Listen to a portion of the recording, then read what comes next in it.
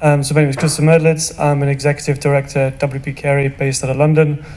Been with the firm for some 8 years now, and together with my colleagues, really the key responsibilities that we have is the origination, sourcing, negotiation, and obviously execution of transactions on behalf of the firm across Europe.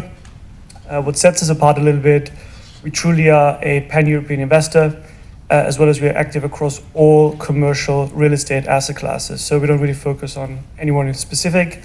That said, while we have this large geographic remit and this very large remit by asset class, we focus on very specific type of projects, sale and leasebacks, build-to-suits, and net lease investments. A little bit about WP Carey. It's a publicly listed REIT, listed on the New York Stock Exchange, has an enterprise value of about $21 billion US, and manages some 1,200 properties across 23 countries. Really focus areas, as I said, Europe, where I'm mostly active, as well as North America. Great, Christiane. Can you hear me? Yes.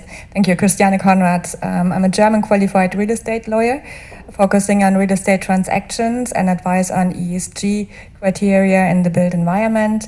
I'm with PwC Legal and in London and run the German legal desk in London.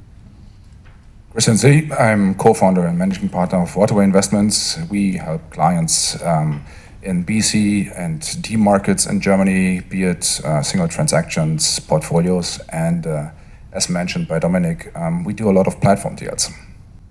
Great.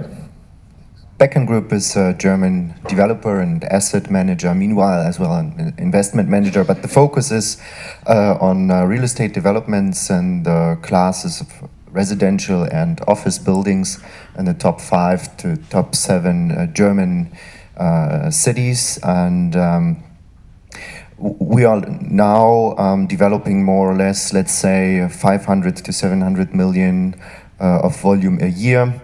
And since a couple of years, we're as well working on special platforms. We're bringing in institutional capital to our development projects. And from our perspective, there is still a demand for new buildings in the top cities of Germany, and that's why we're still building more and more. My name is Nils Skornicka. I'm responsible for transactions at Tishman Speyer in Germany. I'm with the company now for almost 9 years. Tishman Speyer is in Germany mainly doing investment management business and developments. So we just completed our 4th high-rise development in Frankfurt with Omniterm. And we are active currently in the top 4 markets in Germany and in Austria and Vienna. Assem and Alami. I'm heading the origination of Berlin HIP. We're one of Germany's Pfandbriefbanken. We lend in Germany as well as in the Benelux, France, Poland, and a little bit of Czech Republic. Our loan book currently stands at around 22 billion. And we like to think that we're one of the largest lenders against German real estate, and our international business is somewhat around 30% of our exposure. Our shareholders are the Sparkassen, and one of our strategic focuses is to work with with the saving banks and to help them to develop their real estate business and serve as their center of competence for real estate business. Great, thank you. So Chris, let's go back, just pick up with you in terms of some of the, I suppose, macroeconomic factors, how that's influencing investment and also the corporate markets. Sure. So like I said, I think we're all still surprised, and we've had this discussion 3, 4, 5 years ago. Oh, when's the next downturn going to come? What will it happen? And I'm now talking both from a German level as well as more from a global as well as specifically European perspective. And I think it's quite surprising how well and the expansion's still been going, the economic engine's been running. Because where we see that the most, at least from my perspective, as a sale leaseback specialist, what we do is inherently anti-cyclical from an investment perspective, where the demand for sale leaseback financing typically increases as the economy worsens and companies become more focused on how they can more effectively use their real estate. So we noticed that the last few years, and if I had to single out one specific market, one specific sector, which I think is probably quite relevant for Germany, where we are noticing some changes now, certainly in the automotive world. So the number of transactions and the number of opportunities we see within that field for real estate that falls into that sector is certainly going up. So we can see some cracks in the fragments at this point, cracks in the mirror appearing. But overall, from a wider picture, I think the economy still is doing okay, even though growth is not particularly strong. Specifically, again, talking about Germany here. But I think it's just being propped up by ultra low interest rates, which is an unprecedented experiment on many levels.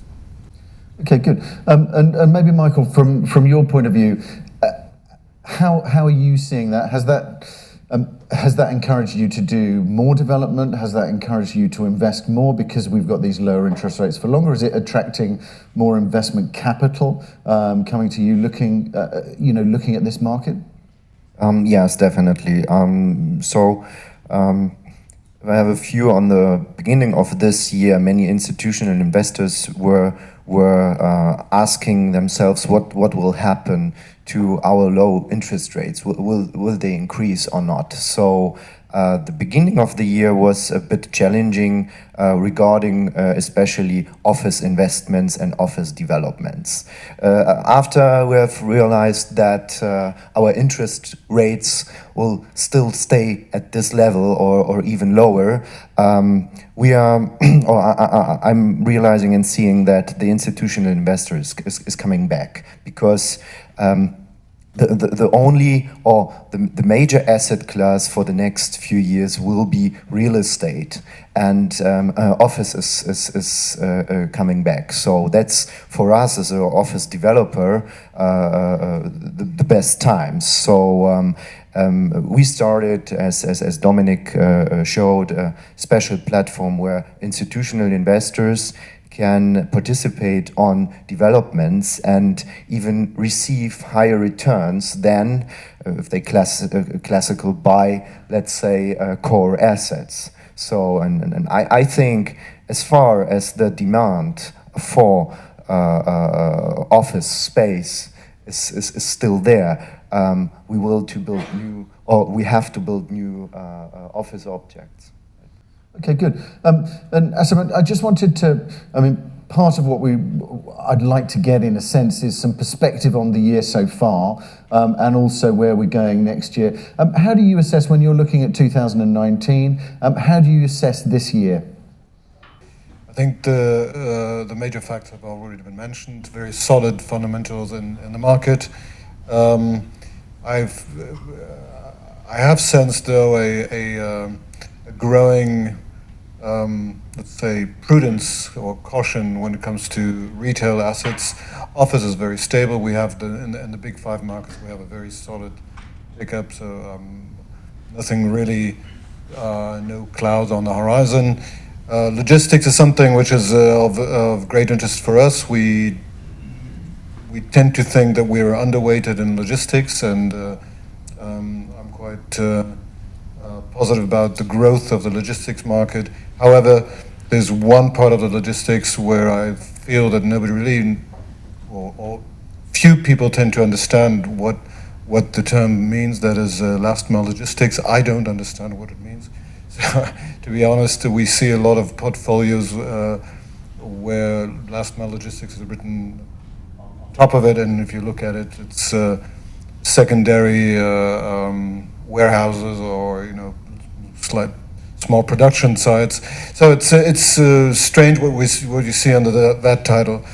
In terms of resi, a lot of things have been said about resi, but I'm quite positive that it's a little bit more of regulation will not alter the market thoroughly, and people will still make profits with resi properties. I am concerned a little bit when it comes to the outlook and to see, okay, when I stick to resi, what about demographics? What about areas where You have a shrinking population where people don't like to move to anymore. What about the real estate assets, the retail assets? And I think the crisis in shopping centers or in retail is still to come. We will see how that evolves. We as an institution, as a lender, we remain very cautious when it comes to retail. Okay, good. Chris, it might be interesting just to pick up with you. Whilst we're looking at partly at those sectors, we saw obviously the sectors in the research from Dominique there, where actually logistics was at the top and everything else was really related to residential in some form or another. How are you seeing the appetite, I suppose, for investors and the availability of product to a certain degree for some of the sectors? And is retail, do you share the same view as Assem in terms of retail, or is there a sort of, is it kind of if you pick the right asset, it'll work for you? What's your sense of that? Yeah, first of all, as we saw in Dominic's presentation, there is so-called percepted appetite for new products like co-living, etc., residential, co-working, etc. But if you look at the investment numbers, it's still very much old school that if you ask foreign investors what you want to do in Germany, it's offices. So what we see at Waterway is that most foreign investors are looking for offices in A, B, and sometimes C cities, but always in the very good locations. In terms of other asset classes, logistics has been very hot for the last few years, and people really didn't differentiate between industrial contract logistics and online retail logistics. Right now they're finding out, look, the automotive sector in Germany, which is a big driver of this industrial logistics sector, is having serious troubles, like all the automotive suppliers in Baden-Württemberg. Also the big ones like Bosch are having huge problems, laying off thousands of people. And so I already heard that new developments in this part of the logistics sectors are coming to an end.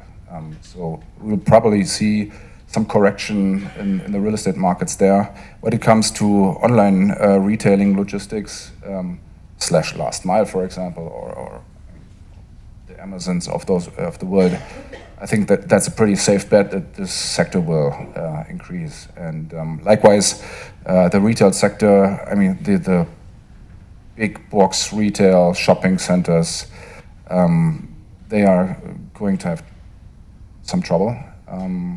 But I don't necessarily think this is because people won't go to retail destinations anymore. It's that's my personal opinion, more because this type of the sector is overbuilt. So there are too many ECE shopping centers, too many Unibail shopping centers, and the market didn't need those shopping centers, or not so many shopping centers. On the other hand, if you have a very nice neighborhood shopping center with a food anchor, etc., maybe with a cultural space, etc., with events, this is something people will always go to, and there will be investor appetite for that kind of assets too. I'm going to drill down a little bit more into the sectors, but interestingly, and I'll pick this up in a minute as well, when we were in Warsaw last week, but also at a session in London earlier this week, when people were looking at the economy, one of the things that was flagged up quite often was Germany, and particularly in Poland. That was a concern in CEE, because with low growth in Germany, irrespective of the fact that there's higher growth in CEE, that there were concerns about the German economy and how would that play into demand in their economies as well. But one of the things that's been a big topic for us, and I'd be interested to see, and you mentioned obviously there, Christiane, that it's a key topic for you. Let's say when we were doing 60 events last year, one of them was on sustainability, ESG, and it was very rarely brought up, essentially in most of the other discussions. Whereas this year, and particularly in the second half of this year, it's almost been a topic of all of the discussions. So I suppose, how do you see that? What's driving that? Is that coming from investor appetite? Is it coming from occupier appetite? Is it regulation? Is it something that we've just noticed that is a phenomenon? What's driving it? Yeah, Richard, I totally agree. ESG is now, finally the hottest topic. It came up in every meeting we had at Expo. It comes up in every client meeting we have right now. And we are working very intensely with our clients to find tailor-made solutions to increase the values of their real estate portfolios. And so what's been changed in the last 12 months mostly was we have a huge increase in transparency. More and more companies, not only the ones who are obliged to do so, publish sustainability reports who have and really set themselves binding targets and explain provide proof if they have met those targets or not, or why not. The other thing is, what we see is that risk management and compliance tests have been adopted to implement ESG criteria. And last but not least, I think there is also an increase in quality due to ESG criteria. And when you ask me for the drivers, I think it's a mix of it all. It's a changing social climate, it's investor demand, it's regulation when you think of the EU taxonomy and sustainable finance, and a mix of it all. And I think it will even. Okay, good. And Nils, how important is it? How important is it in terms of your business at Tishman Speyer, in terms of, I suppose, creating the right product, and what's driving it from yours? Is that to do with actually the ultimate investors, the capital, or is that the occupiers? It's interesting. It's first mainly on the investor side. So there's huge demand actually from investors to buy into sustainable assets, to have certificates at least on every asset you're buying. But also on the occupier side, we see a trend that they're not really focusing on certificates anymore, especially when you're working on a new development for a large occupier. They're really looking for smart buildings. So one of our competitors, OVG Edge, is really working in this field for quite some time, but we are also picking up, trying to really build smart buildings for occupiers, which means not only,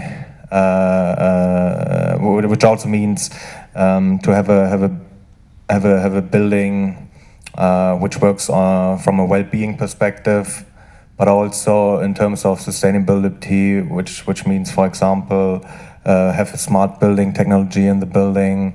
The facade orientation towards the sun is one thing which we also have now in mind when we're working on new developments. Okay, good. And you mentioned there, Christiane, about the green financing initiatives. From that sort of financing perspective, there's obviously the ability to be able to, promote, give better terms to sustainable ones. But when you're looking at that, how much of that is based on, you seeing those assets as being a more sustainable investment over a period of time? What's the balance of the decision making from the financing perspective, Assem? So. Berlin Hip is actually promoting green products. In the first step, we do give a margin discount on green buildings because we want to grow our green part of our portfolio. We actually said 2 years ago that we want to achieve 20% of our portfolio to be green in 2020, and we're actually right on track to get there. Germany is not one of the most advanced countries in that respect. Many of the green buildings that we finance, we see it in Poland or the Netherlands.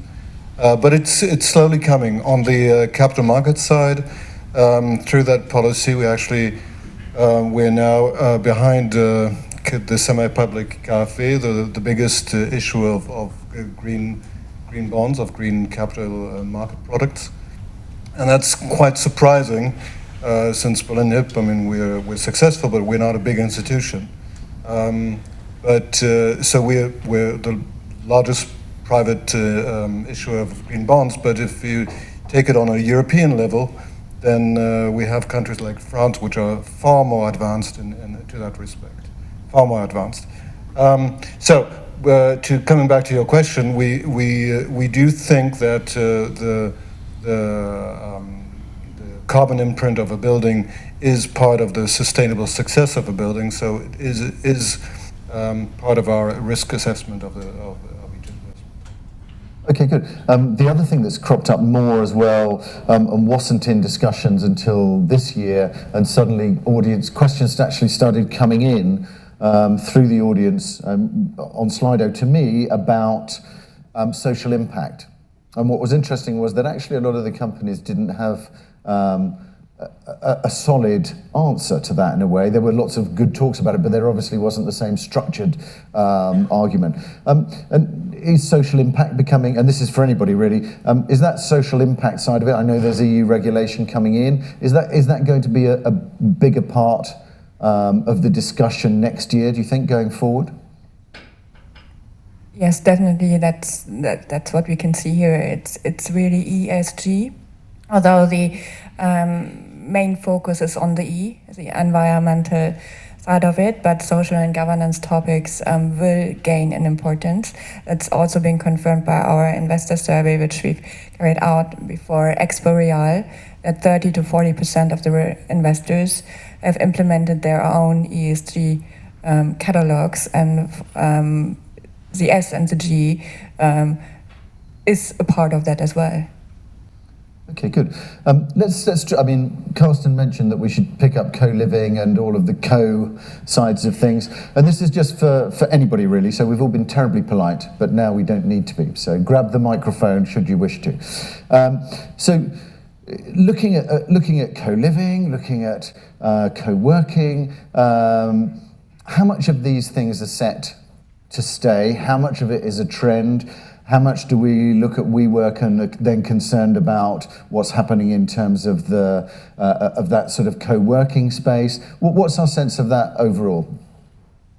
And at the time, people were totally convinced that co-working, let's say, co-living wasn't that much of a question at the time. Co-working was here to stay, would become important, and then hundreds of co-working players popped up. Especially in the Anglo-Saxon world. And where are we today? If you followed the press like 2 months ago or a month ago, WeWork, by far the biggest player in the world, was basically bankrupt. They had to cancel their IPO. They're laying off thousands of people now. I think all in all, they got a new 10 billion package by SoftBank, not the Vision Fund, but by SoftBank. And if SoftBank hadn't invested another $10 billion, I think WeWork would be bankrupt today. And the main player, I think WeWork is the main office tenant in London and in New York, would be gone. And so I think the whole co-working question is or was a giant bubble, and maybe Dominic can check Google Trends for WeWork bubble, etc. We know that in London, for example, there are 800 co-working companies. I mean, there just can't be so much demand that it will become an investable asset class. Yeah. I partly agree, because I think all about this this is maybe a bubble or a trend. But what we are seeing in especially office buildings that we're having a transformation in the usage of office space. So the future of office is that we need more flexible spaces, more flexible contracts, and then we have a higher demand from the tenant for spaces with a service around the building and around the space. So co-working, for example, is a special way of flexible space, of flexible usage. It's made for our startup scene. It's hip, but look at us. Everybody here in the room is more or less in classical professions, so nobody is working for a startup. And why should a larger company go into a co-working space as a classical co-working space? If you have more than 10 or 20 employees, if you have a running company, you aim to have an office space made to measure for you. So I think that co-working overall will have maybe in the future a space coverage of, let's say, 10 to 15% in the building, and that's fine. But the rest will be the classical way we know it. But there will be a transformation that it has to be flexible, because the way of working is changing, is still changing, and that's what we have to look at in the future. Maybe I just can add, I totally agree with Michael. So we actually experience the same situation. We established in our portfolio now, actually we started also our own co-working business 2 years ago, established it now in 9 locations globally, also one in Frankfurt in our Taunusturm. And what we really experience is what Michael just said. The company is really looking for flexibility, which we can offer them with co-working spaces in our buildings. But it's not, as you said, not only about flexibility, it's also about the feeling in the building, the amenities in the building. So co-working is one part of it. The hospitality sector and that aspect has a broader attention in our buildings. So we also setting up platforms where the tenants can get services like car wash, hairdresser, and that kind of stuff. So it's one aspect in order to keep the tenants and your occupiers happy. But I think it's really necessary for large buildings to offer these flexibilities to the tenants. Okay, good. I wanted to pick up some perspectives also about, I guess, how we see Europe and also how Germany is seen in a European context.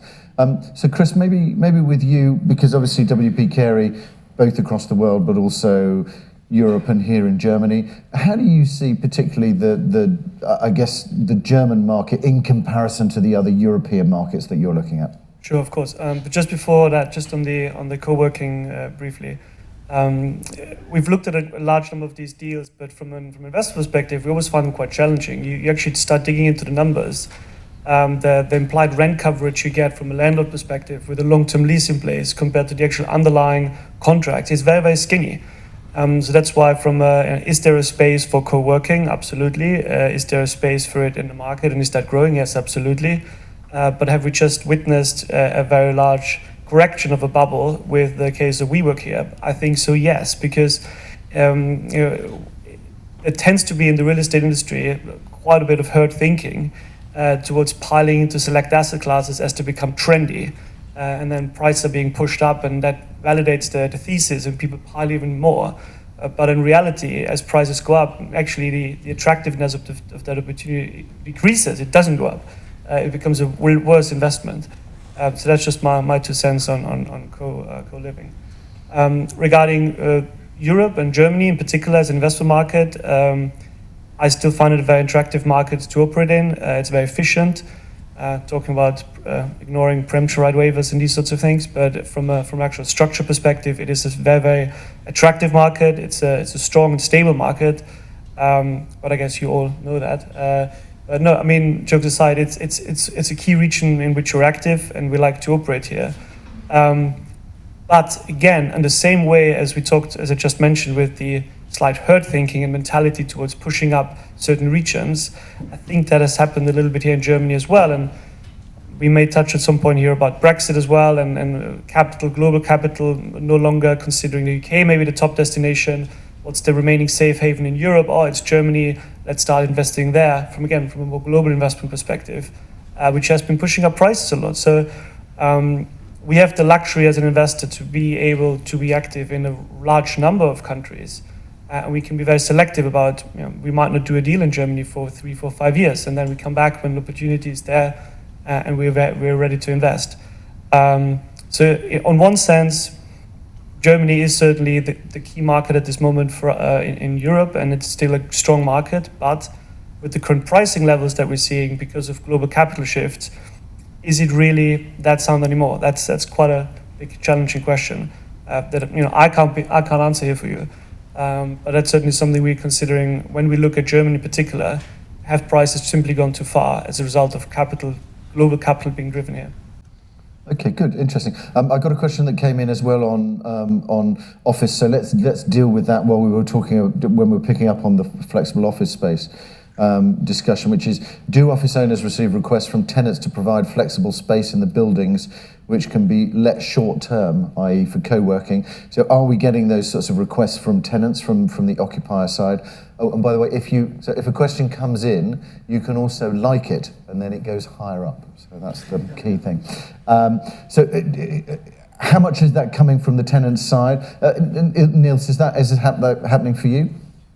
It's not that the tenants so far, at least in Germany, came to us and asked for flexible office space, but when we announced that we will set up our own co-working space at Taunusterm, and we in the first place we reached out to our tenants in the building, and it was immediately picked up. So there's a huge demand, especially given that we have large corporates like Barclays, Credit Suisse, and these kind of tenants, and maybe also with the Brexit rumors and Brexit discussions, they were asking for this flexibility in the building. But yeah, it's really a big topic for us. Okay, good. And you mentioned the dreaded B word, Brexit, and obviously in the when Dominic highlighted the risks you'd got. And I think it was international political instability, European political instability, national political instability, before you got to housing affordability. Those were the three ones. So I suppose, how do we, that feels as though that's been a topic we've been discussing for a long time as well. But as at some point that will come to an end relatively promptly now, I think, probably in the UK.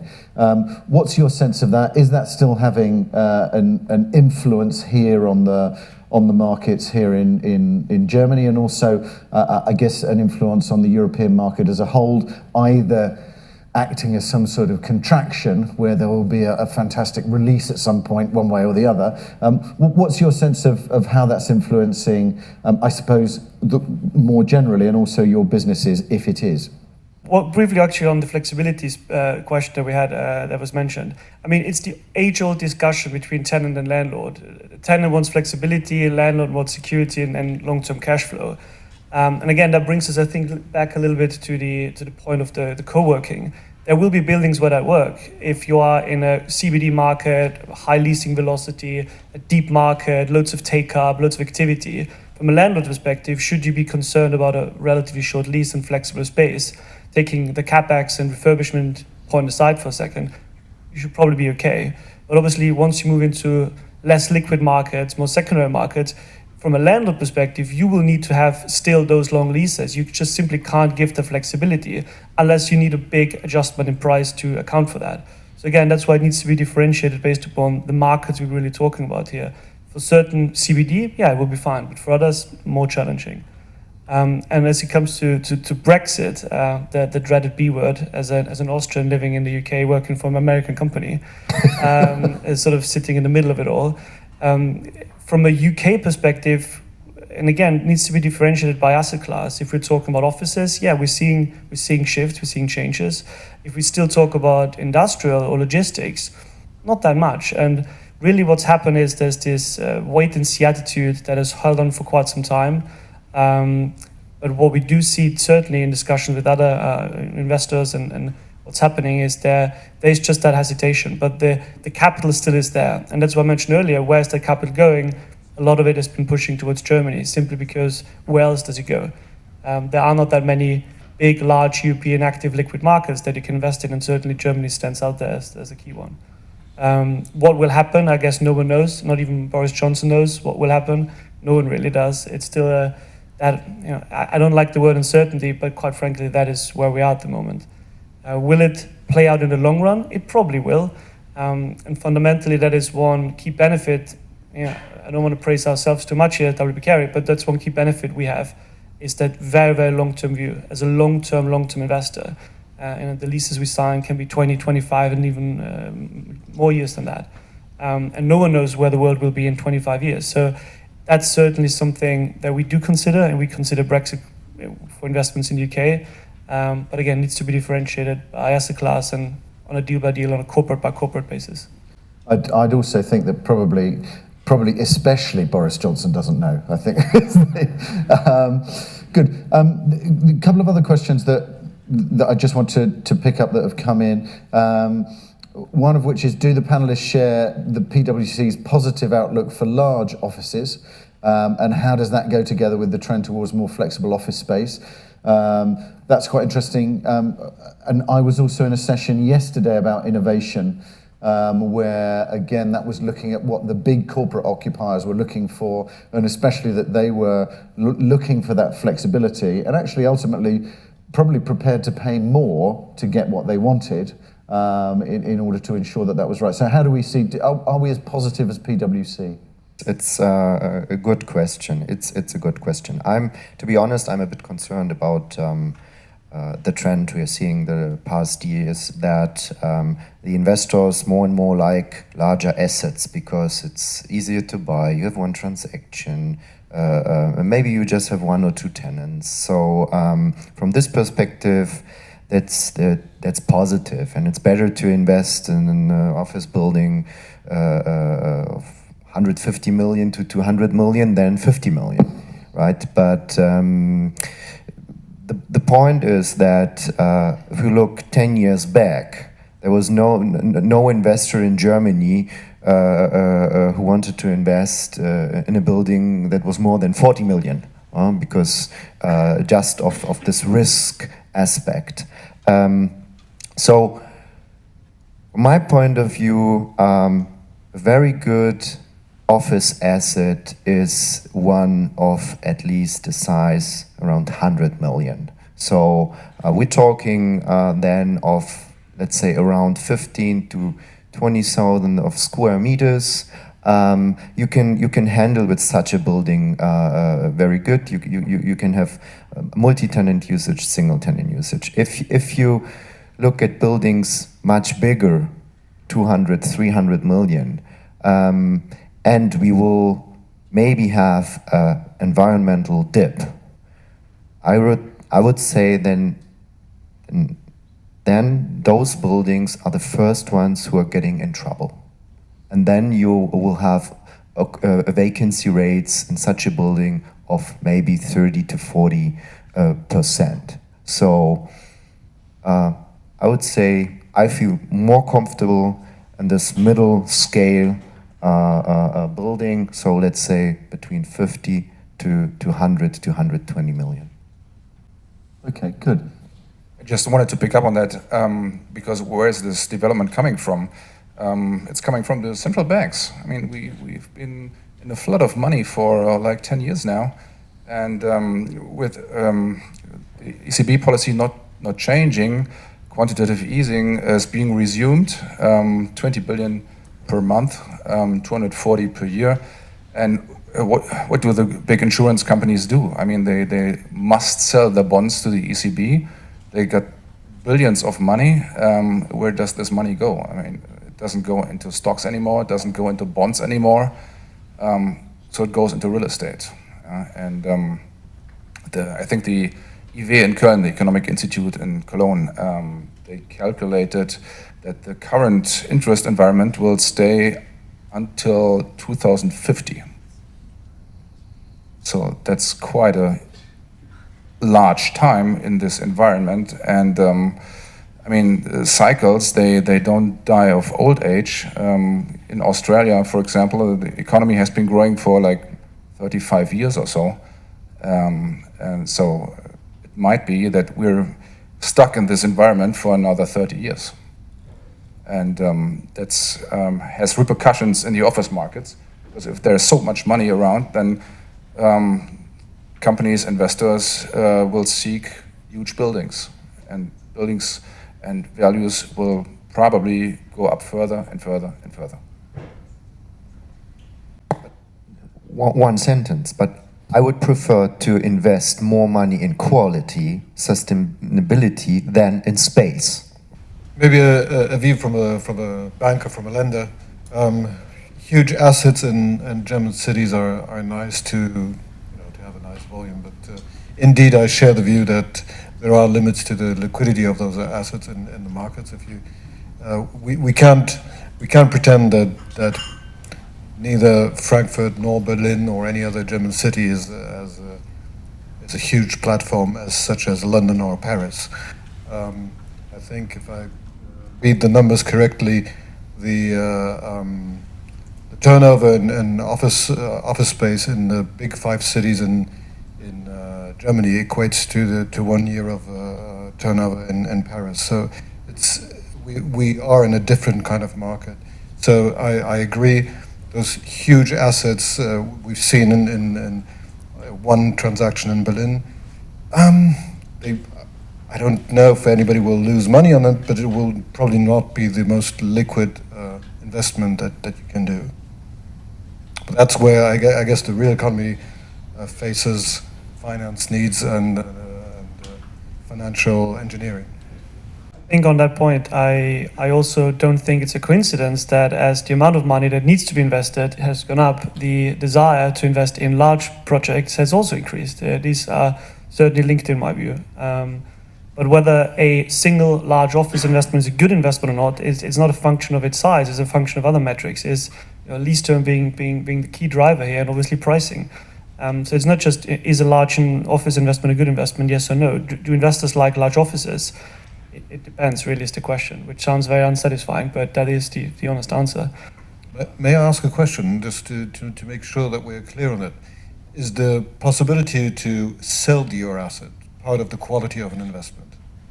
It needs to be. I mean, liquidity is a key criterion in underwriting any investment. I fully agree with that.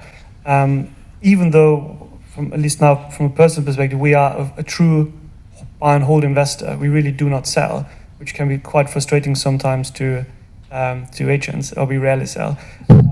But in theory, of course, you need to underwrite the liquidity, and for these large single assets, that is a key concern. So do you get paid for that illiquidity? That is the key question. And do you have a long enough lease term to ride out your residual value risk to a point where your overall deal return is not too impacted too much by it? But offices in particular, I find often quite challenging, because what we seek in our investments is mission criticality in the real estate that we acquire. We want buildings that are effectively essential and very, very vital to our tenants. So that gives us comfort that they stay there beyond the initial lease term for many years to come. If we're talking at a key distribution center, if we're talking a key production site, that's one thing. For offices, it's more challenging because it's more of a market-driven situation. If you can find space that's cheaper, 10-20% at the end of the lease term, you have a very strong incentive to leave. And so that makes it more of a tricky question. I've got a couple of quick ones that I just want to bring in, and thank you for those. One which is on particularly prime office in Germany. Do you see the potential for rent increase And is that, I guess, the anticipated rent increase, does that justify low or lower yields? What do we see, I suppose, in terms of those market fundamentals? Where do we see opportunities for rent increases at the moment? Maybe something for me. Especially in Berlin, we still see potential for rent increase. I mean, depending on the level, currently there's a building on the market where the rental levels are already at the mid-40s. Nevertheless, and that's also what we're seeing on a couple of transactions, that investors really now starting to invest fixed income money. So we are dealing now with return expectations of below 3%. And this is really driving core asset prices at the moment. So even in an environment where the rental increase stopped at some point, we still see increasing or at least stable pricing for quite some time.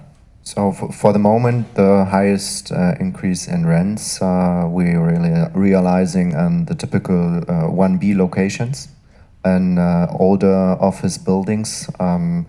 If you focus on, or if you buy older buildings and reposition them, refurbish them lightly, there's a possibility to increase the rent, let's say, of 1/3 in total. So we're bringing in such locations the rent from at least 10 euro to, let's say, around 15. I mean, it's a very well, that's what is possible right now. Regarding CBD locations, trophy assets, prime locations, I would say the increase in the past years happened already. So we went up from maybe 20 to 25 now, average. So there will be maybe a possibility to bring it up another 1 or 2 euros, but it's not the gap is not that big than in city neo locations. Okay, good. I wanted to pick up a little bit in terms of, because one of the topics that's come out a lot in both when we've been talking about European residential or different aspects, particularly what's flagged up often in those conversations has been the upcoming discussions around rent, particularly in Berlin, and those kinds of things for residential. What sort of things should investors be looking for, Christiane, in terms of potential, I suppose, regulatory tax changes, those kinds of things that might influence what they're doing next year? Yeah, you just mentioned the rent regulation laws in Berlin. So the German Property Federation announced 2 days ago that they are going to challenge that law being introduced by the Berlin government in October. And basically part of that law would be a rent freeze for 5 years and the introduction of caps between 3.9 euros and 9.8 euros for the next years for residential properties only. But there's a high possibility that these laws are just not in compliance with the constitutions and will be challenged and need to be amended in the end. Then you mentioned the taxes. Okay, the proposed tightening of the real estate transfer tax regime in Germany is being postponed to the first half of 2020. But it will happen. So the German government is kind of using more time to really make sure that the avoidance options are being taken away or reduced. So and the discussion here is that the current threshold from 95% for shared yields shall be lowered to 90%, and the holding period shall be extended from 5 years to 10 to 15 years. So that will come early next year. And then we spoke about the taxonomy. So this is which will happen on the European level and give some regulatory guidance for sustainability and investments in this area. Okay, good. Yeah. Just wanted to pick up on that. Yeah, so what investors have to consider right now, and it's the first time in a very, very long time in Germany, is that you might have political risk. It wasn't on the agenda like for many, many decades, but residential markets are so tight in a number of cities, especially Berlin, as Christiane said, that politicians sort of have to react, sometimes in a smart way, sometimes in a not so smart way, yeah, people have to incorporate this in their calculations. And I know, for example, that BlackRock decided not to invest anymore in Berlin residential. And followed the press like a day or two ago. Maybe Nils can tell a bit more about this. There are even problems with office land plots in Berlin, and this is something that didn't exist before. I think it's really important to look at it from different perspectives, because what will the consequences be? So we have rising construction costs, and then rents cannot go higher in the residential areas, at least in Berlin, if the law comes through. So, but we have a big need for maintenance works there. So maintenance backlog will maybe one consequence there as well. And then also other big housing companies, many of the big housing companies have actually helped tenants to finance their investments by rent increase, for example. You wanted to put in a new kitchen or paint their apartments, they would have just made the investment for the tenant in exchange for a higher rent. This option will be taken away. Good. Let's just pick up these last two. This one probably for you, Assem, which is financing for projects. Which parts of the transaction cycle and which asset classes are particularly challenging and why? You sort of mentioned retail, but I suppose, how do you see that financing side? I think we're rather comfortable in development financing and construction financing. With the caveat that retail always is a challenge.